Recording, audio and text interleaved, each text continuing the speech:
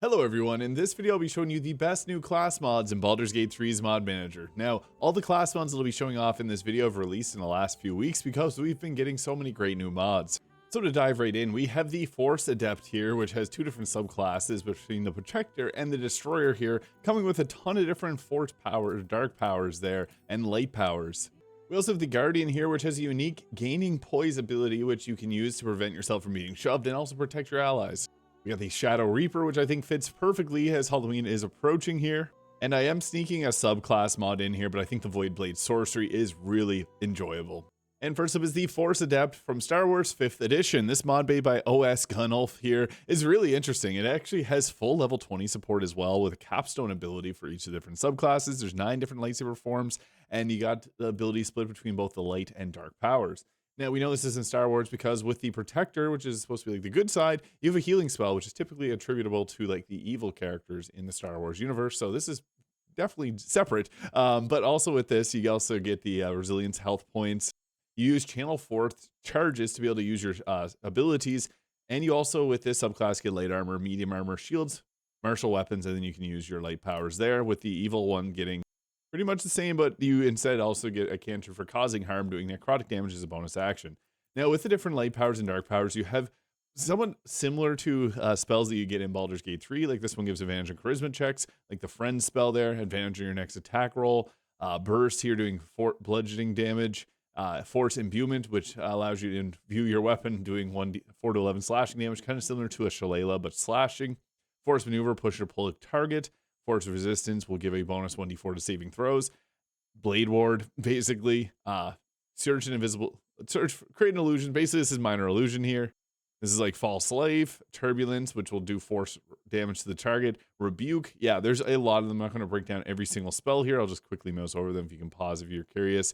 But yeah, you get a lot of different abilities depending on which subclass you choose, which gives you a wide variety of builds. Obviously, there's some that are not as powerful as others, like minor illusion. You can really get that from someone on your team. But yeah, you can see there, you got some cool choices like blinding, 60 health points, sleep up to 40. So they're a little bit more powerful than the base game abilities. But even that's just the long strider, featherfall, bless spell, and force focus, which allows you to do additional 1 to 4 force damage for 3 turns of concentration. So this is a unique one here. And on the evil side, or the dark powers, you have some different ones like Witch Bolt here, Wound, Sap Vitality. But yeah, there's a lot of really cool choices here, which are somewhat similar to Baldur's Gate 3 base game, but also with some new choices too. I particularly like the Armor of Abeloth, which does psychic damage instead of cold damage. Interesting. Upon leveling up to level 2, we get our Force Empowered Strikes here, which will do piercing damage and thunder damage on a target. And you can expend Force points to deal additional damage to the target, which is going to be the same as your weapon damage. You then get to take 2 more dark powers at level 2, and you can choose a fighting style as well. Level 3 allows you to you get more force points, more dark powers, and then you get the Destroyer auras here, so you can pick the dark subclass Destroyer. So with this, you get to deal additional 3 piercing damage with all melee attacks here, plus 3 to saving throws, or half the damage from force powers, so that you can protect your teammates if you accidentally hit them with an attack. 5 temporary health points to all nearby allies, and whenever a creature who is frightened with you starts to turn within 5 feet of you, they'll take psychic damage equal to half your guardian level. Pretty interesting. You then also get to take a class passive here with things like the Sarlacc stance, which allows you to enter a frantic state, and when you hit a creature with a melee attack on your turn, it has disadvantage of the next melee attack roll it makes against you before the start of your next turn. So pretty interesting choices here. These can power up your physical and spellcasting abilities. This is particularly interesting because you can actually use your reaction to jump an additional 10 feet in your... I think that's cool. It's a risk versus rewards. I don't want to make this video like super long because there is so many different choices here, but yeah, you can choose a different passive here at level 3. Level 4, you get to take another dark power and your feet. And 5 is when we get our extra attack here. So you got some pretty decent spellcasting, but we're a melee attacker first and foremost. And then we actually get access to some different versions of our dark powers here. And there's a lot of them, as you can imagine. There's things like the Darkness spell, Force Darkness, Drain Vitality, Chorus Mind, which is pretty much the command spell, and things like Saber Strike, a powerful attack that possibly knocks the target prone, does not spend Superior Die. And when we hit level 7, our Force Empowerment here will focus up and give us boosts depending on the stance that we chose, so even further making us even more powerful. A lot of really cool options to this subclass. We do get subclass specific abilities, and some of these spells here are specific to the subclass we chose. We also get access to level 3 spells here with things like Force Scream doing thunder and psychic damage, and the Horror spell, which can make targets fearful, basically the fear spell. Force Choke, which will do force damage, able to move entity if successful. It's pretty cool. Force Lightning, which will basically hit all enemies in a straight line. Dark Aura there, which will deal necrotic damage to the target and prevent them from getting healing. Force Suppression, and 1 force power on yourself or another creature, and the Saber Slash, allowing you to use an action for force points and movement speed to charge forwards and attack. Then we also get the Mass Militia here. Mesmerize creatures, they see a pattern, they cannot attack you, cannot move or act. And the Force Weapon, which is like magical weapon. And the cool thing is this actually has full level 20 support, so like when you hit level 13, typically you don't get level 4 spells, but with this mod, you do. It's really awesome. And lots of great choices here, like you got Force Camouflage, Shocking Shield, which will do or lightning damage to targets. This one will haunt a creature. It takes 4 to 40 psychic damage per turn, cannot move, disadvantage on ability checks. So you can see some of these are similar to base game spells. Block all incoming damage to spell effects, Force Immunity, Freedom of Movement, Greater Pyrokinesis here, doing a 5d8 of fire damage. And this is basically a wall of fire. But yeah, a lot of really cool spells. There's different ones depending on the subclass that you choose as well. With this subclass, we also get the ability to have the attack damage from an attack that hits us. So that's pretty cool, making us a little bit more defensive. Then we also get level 5 spells here with things like the Siphon Life here, doing necrotic damage. Force Scream Improved, which does a little bit more damage. Force Breath, which can end all force powers in an area. Phase Walk, teleport to an occupied space that you can see. And also Control Pain, which is basically Death Ward. Force Telekinesis, which is telekinesis. So yeah, level 5 spells are pretty cool. And once you hit level 12, the chosen stance that you got gets a master ability here. So it's our capstone. And yeah, you get a lot of really great options here. Now, as you can see, we have a lot of different spell choices here. So that's a cool thing. It does borrow a lot from the base game, but I think that's also one of its greatest strengths because it does come with a unique feel to each of these spells and abilities that you get. Some of them being extremely powerful, like the Force Scream here improved, which can hit in a massive area of effect. Then you also got like things like Whirlwind Attack, which are pretty cool because that's a powerful ability that the Ranger gets access to with all the animations there as well. You got the Saber Slash, which lets you rush forwards and attack people. Cleansing Touch, you got debuffs, you got fire spells like Wall of Fire there.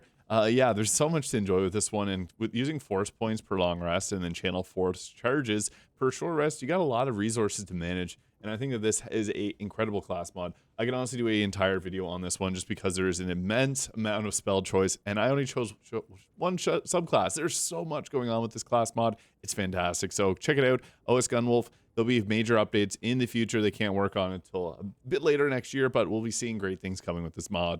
And next up, we got the Shadow Reaper. Again, right in time for Halloween. This is perfect. I briefly did it. I actually talked about this class mod. I did a video on the best Halloween class mods. So if you're looking for something like horror themed, I did a full video with a bunch of different mods in that video. But with the Shadow Reaper here, we got the Reaping Slash, charging forward and slashing in an area. You can bind your weapon, which makes it so you cannot be disarmed. Then we also got the ability to see in the dark of 12 meters, and you get increased movement speed when not wearing heavy armor. Now, this mod here, made by Elma the Dragon, is loosely inspired because of the Iron Revenant class. I've covered this in the past by Eclipse, a fantastic mod. And you can see here we got a lot of different abilities. It does have level 20 support as well. Pretty cool stuff, and I'll be showing this off here. So you get the Shadow Step ability here, which is basically just a Misty Step that will not consume your spell slots. And then as we continue to level up, we do get more movement speed every time that we level up, which is really nice.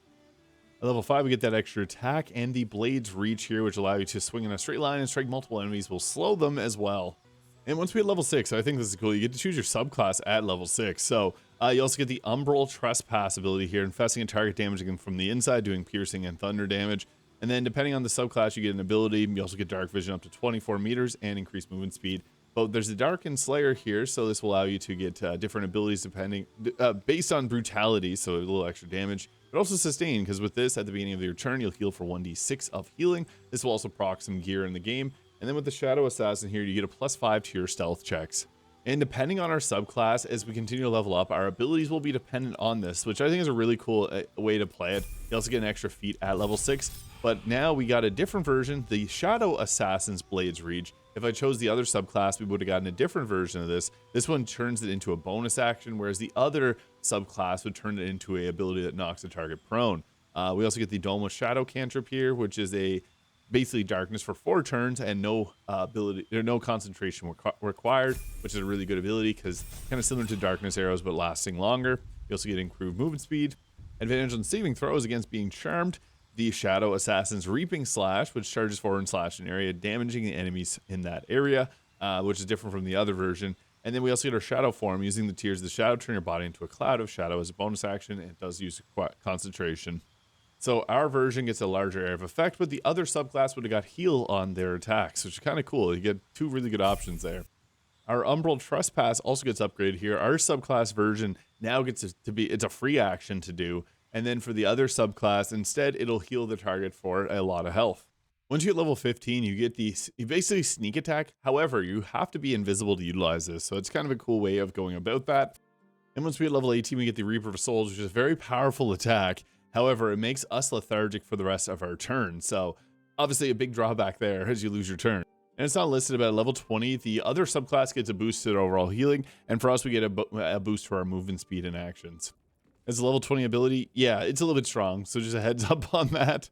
If you keep this at level 12, though, it is a little bit strong, but it's not brokenly overpowered. Obviously, level 20 builds, they love to give really strong capstones, so it just makes sense. We got some pretty strong abilities that are like once per battle, so you can only use that once. These blades reach here, which is nice, which allows you to attack in that straight line. I think that's a really cool ability, as it opens up different ways to play melee attackers. You have the ability just to Misty Step, which is obviously nice to have. Find your weapon. You got the darkness that you can set up without concentration. And I think the coolest part about this is the different abilities you get, depending on your subclass, it actually changes the entire outcome of your class, as once you choose that at level 6, you then, your entire identity of the build changes. And also getting a Shadow Strike here, having to be invisible, is really cool too. So yeah, that is the Reaper subclass, or class mod by Elmo the Dragon. And next up is the Guardian by Bedivere Badger. Now, I like this because I'm a fan of tanky classes. Baldur's Gate 3, the tankiest class, weirdly enough, in the base game is the Moon Druid, which doesn't always feel like a tank. So there's a lot of great mods out there that change that. A lot of them actually are called the Guardian, but this one, memorize that image, that's what it got as a cover. I think this one's really cool because you can generate poise. So this poise ability, you'll get a maximum amount equal to your level in this this class +2. And when you have poise, you cannot be moved against your will. This is actually really good because you are also a grappler. And on top of all that, there's some times where you really do not want to get shoved and position yourself in certain ways. So it opens up new styles of gameplay. With this, you get a resistance to all damage and a +2 bonus to armor class and dexterity saving throws. The guard ally is pretty cool because you basically use this to protect your teammate. And then each time the ally takes damage, you take the same amount of damage. So they get resistance, which will half their damage, and then you take that same amount. So it's kind of cool. You also boost up their armor class, potentially turning those attacks to misses, which I think is a very balanced ability. And upon hitting level 2, we get the grapple ability, grapple a nearby creature, setting its movement speed to 0. If you're further than 2 meters from the target, the condition ends. Then we also have the shove, push, trip, so you try to push a creature and knock it prone. Your chances depend on your athletics and are higher if you're hidden or invisible. We also get defensive tactics here, like the block ability, so you can prepare yourself for an attack. You only take half of the physical damage, and you can use this once for short rest until you've inflicted grappled, prone, restrained, incapacitated, stunned, or paralyzed conditions, and you get that back as a bonus action. There's also the elemental shield here, which allows you to take half damage from any elemental damage. And then again, you have to do a grapple to get this back. There's the retaliate here, which you can retaliate a foe who attack your allies, potentially stunning them. And at level 9, it'll paralyze the target instead, which takes them out of the fight. And you can use this action per short rest, but you can use it again once you take damage or reduce the damage taken with poise. So yeah, you can retaliate on the enemies multiple times. That's obviously a pretty powerful choice. You also have the ability to goad enemies to attack you. You can assist them, which will help them from being downed, which is great because normally that's an action, and this one is a bonus action version. And then the guard break here, which is a reaction, allows you to strike at a foe to break its guard, potentially dropping its armor class by 4. And then level 9, you can drop its saving throws by 4. And then, yeah, this is really cool ability as well. So lots of fun stuff here. Once we hit level 3, we get to choose between different subclasses. We have the Brawler here, which is the opportunistic strike. And you can use your reaction to deal half your unarmed strikes damage and inflict gaping wounds on a target. And then there's also the Body Slam, charge forwards and attack the enemy in the way, possibly push them 3 meters away if they're larger or smaller, and stunning them for 1 turn. Pretty good stuff there. There's also the Frost Warrior, big fan. As a reaction, when an enemy fails a saving throw against a creature other than you can use a moment of weakness to hinder it further, reducing its speed by 3 meters. And you also get the Frozen Clutches. You conjure biting winds to freeze targets in place. Or the Protector, which gives you the Sanctify Ally. When an ally is near you about to be hit by a weapon, you can use a reaction to protect it with Divine Energy, granting a +4 to its armor class or save, and then sanctify it. I'm going to show off the Brawler because I think this is a type of class that is not often utilized, but a very fun playstyle. There's the Battle Rager Barbarian subclass from Sumer Dagnauts 5e Barbarian subclass combined, but there's not much else out there.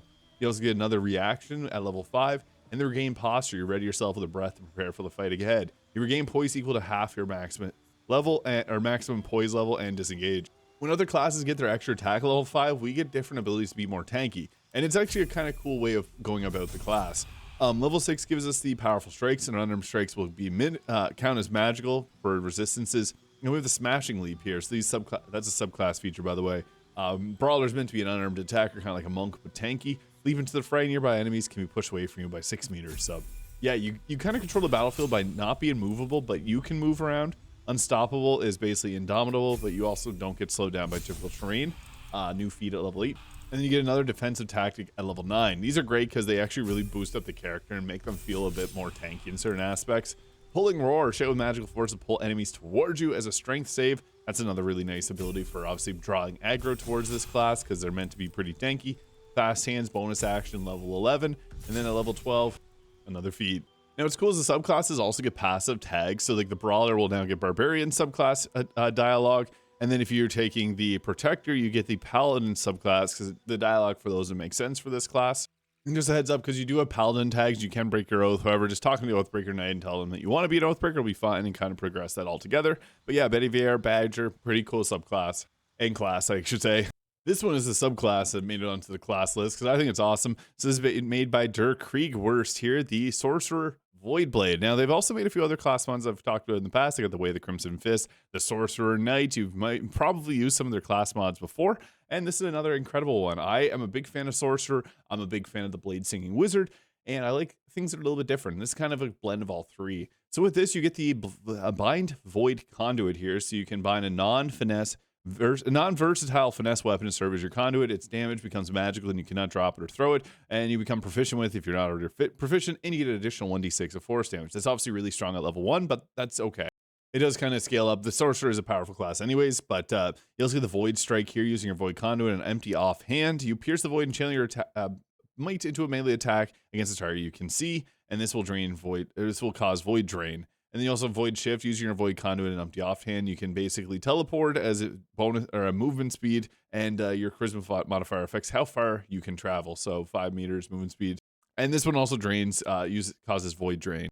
This will end up lowering your health, which I think is a really cool ability, which does actually kind of make it a little balanced. And you also have the Condition in the Void. Your health point maximum increases by half your charisma modifier for every level in Sorcerer you have gained. So yeah, you can get a decent boost to your overall health. And it's a Sorcerer. They get the best choice in, they get really great choice in spells. It also quicken spell and all the meta magics and stuff like that. I really enjoy the Sorcerer, and I think that's why I snuck this on. Typically, I separate my videos between subclasses and classes, as a lot of the classes are a bit different, but I found this was a unique playstyle for the Sorcerer. Upon hitting level 5, you can use your Void Phase. Once per short rest in the moment of danger, you can phase yourself into the Void. And we also obviously get that power spike of new spells here at level 5. But once we hit level 6, we then get the extra attack similar to a Blade Singing Wizard. So it's really cool. Yeah, you can, again, get some of the greatest spells in the game. Counter Spell, Fireball, Lightning Bolt. You also get freedom of movement naturally with this class. You also do get access to Banishing Smite and also the Acuity of the Void. So every time the Void drains you, you take a fragment of with you that lasts for 2 turns. Level 11 allows you to use the Void Phase once per combat.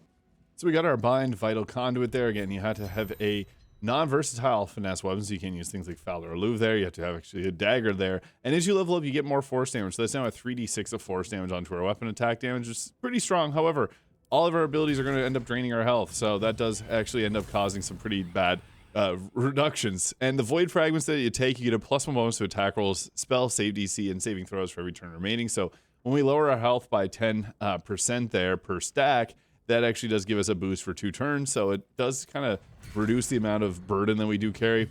But you see there, we continuously keep losing 10% health. This does recover on short rest, but yeah, you do pay the price every time you're using your abilities, which I think it makes a very, very cool playstyle because you're kind of incentivized to not burn through things. It also does come with its own unique meta magic here with the Void Substitution.